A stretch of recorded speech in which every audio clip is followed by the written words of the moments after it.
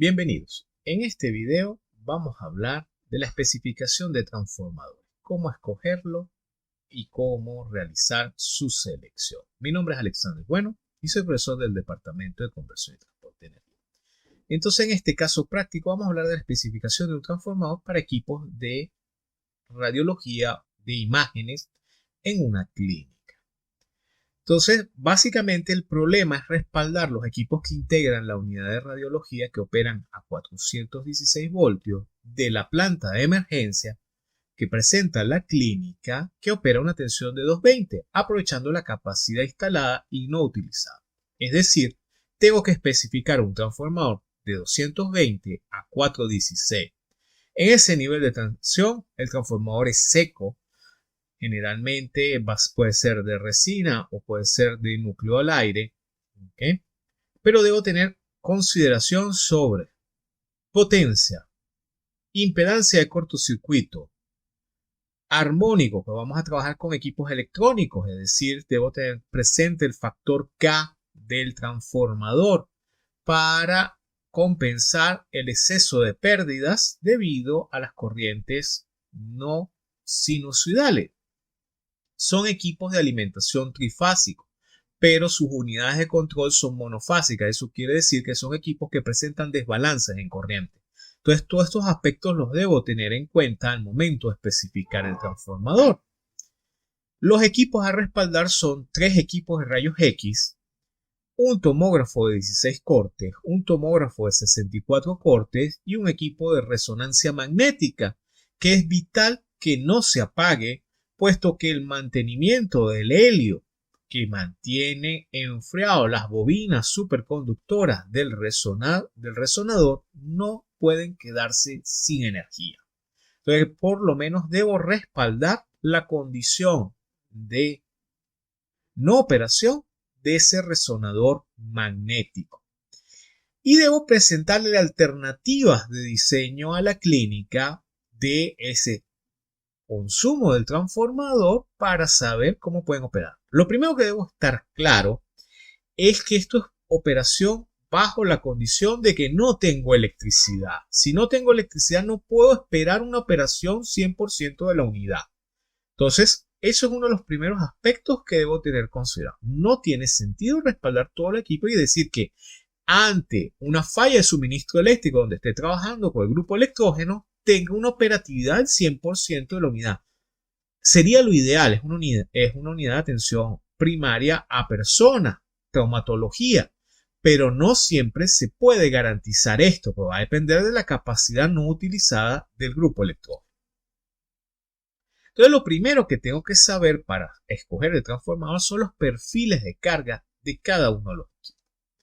Entonces, arrancamos con el equipo de rayos X. Para ese perfil de cargas tengo que tener el perfil de carga en reposo y durante operación. Los equipos de rayos X se caracterizan por tener diferentes tiempos de exposición e intensidad dependiendo la placa que esté realizando. Entonces, para este diseño debo considerar la peor condición, que es la placa de tórax completa, que es la que produce mayor exposición y mayor intensidad. Entonces tenemos el consumo de reposo y tenemos el pico de consumo cuando inicia el equipo, a lo largo de la exposición y cuando termina. Si vemos la corriente, podemos notar un pequeño desbalance en las 3 fases. Hay una fase de mayor consumo, que es la que se encarga de alimentar la electrónica de control de disparo, intensidad y tiempo de exposición. Entonces, y tenemos un consumo de amperes que puede llegar al orden de los 35 amperes. El equipo de rayos X2, fíjense que tiene un mayor desbalance en corriente, pero presenta más o menos el mismo comportamiento. Tiene una iniciación, pero el equipo cuando realiza la exposición tiene mayor consumo y ese consumo se mantiene durante el tiempo de exposición de la placa. El equipo 3 tiene un consumo, una etapa precalentamiento y la etapa de exposición o radiología propiamente dicha, con niveles de consumo diferentes, pero vemos que los tiempos de duración son pocos en consumo. Vamos al equipo del tomógrafo de 16 cortes. El equipo de tomógrafo de 16 cortes tenemos claro que no solo es la exposición, sino también tiene una camilla motorizada para poder ubicar al paciente, y eso da un consumo. Entonces, la primera parte del consumo se debe justamente al movimiento de la camilla para el posicionamiento. En el caso del tomógrafo se utilizó una imagen Phantom que emula la condición o la densidad del cráneo, siendo la tomografía de cráneo la más exigente. Entonces tenemos el consumo durante una tomografía craneal, en este caso de un Phantom o una unidad de calibración del tomógrafo. Entonces tenemos los picos de consumo durante la exposición y vemos nuevamente que ese consumo no es balanceado en las tres fases. Luego tenemos el tomógrafo de 64 cortes. Este también tiene un movimiento de camilla, que lo podemos ver, que fíjense que el movimiento de camilla es el mayor. Y los tiempos de exposición. Nuevamente tenemos corriente desbalanceada. En este caso, este tomógrafo consume mayor corriente en el movimiento de camilla que en el proceso de exposición, tumbando una hipótesis que tenía la clínica, que el tomógrafo de 16 cortes tenía un menor consumo. Fíjense que el tomógrafo de 16 cortes tiene un menor consumo para la parte de camilla, pero la parte de exposición tiene un mayor consumo. El tomógrafo de 64 cortes tiene un menor consumo en exposición, pero la camilla tiene un alto consumo. Pero la camilla tiene la posibilidad de ajuste manual. Entonces, ante una pérdida de energía, puede el operario ajustar la camilla manualmente y utilizar nada más que la electricidad para el proceso de la tomografía.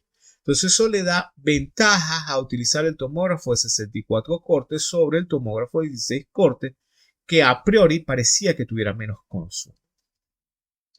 Finalmente tenemos el resonador. El resonador en mantenimiento consume alrededor de unos 30 kVA. Fíjense que hay una diferencia de corriente entre las fases. Hay dos fases de mayor consumo y una fase de menor consumo.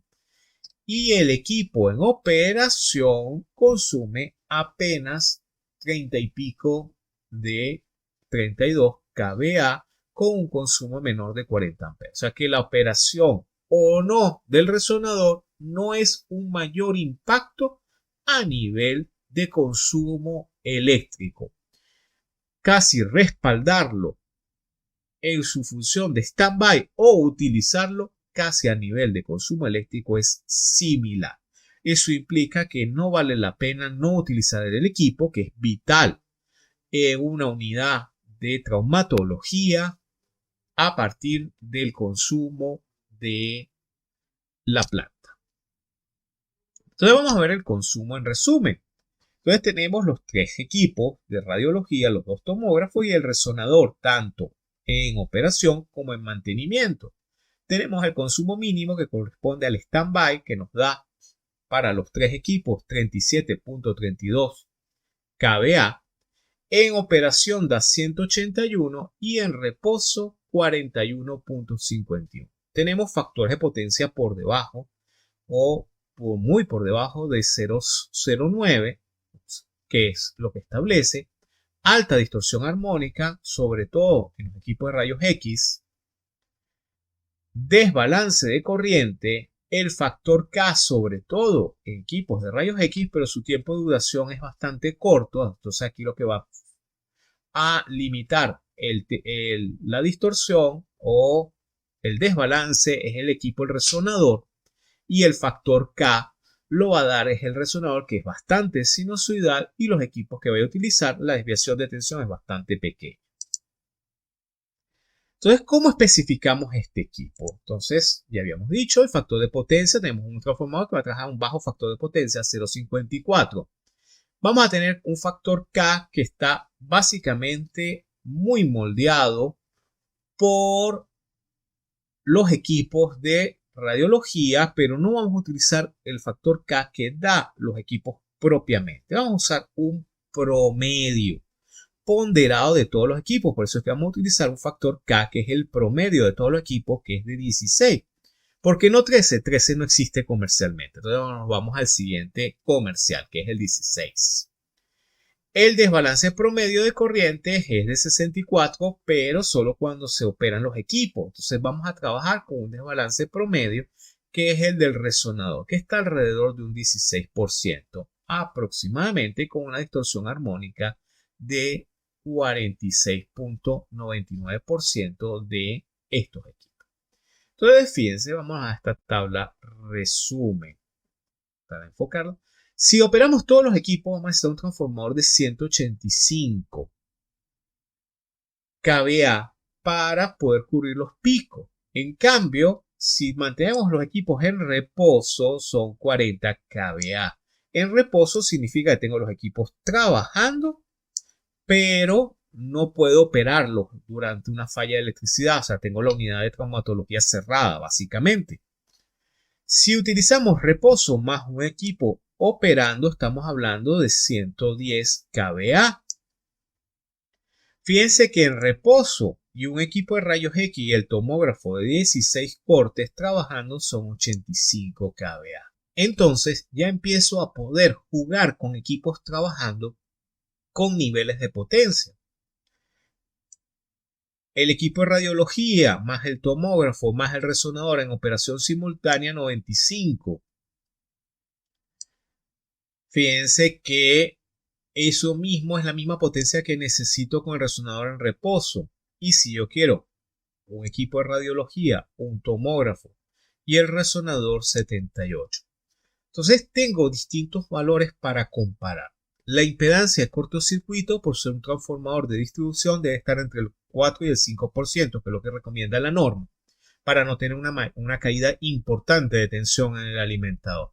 Entonces, fíjense, tengo transformadores de 78, 95, 95, 85, 110, 45, 185. 185 no existe, el más cercano sería 200. 200 me permite trabajar con todos los equipos simultáneos. Si me voy a un transformador de 100, fíjense que con 100 yo puedo trabajar el reposo más los equipos. Estaría trabajando inclusive un equipo de rayos X, un tomógrafo y un resonador. Entonces eso me da una buena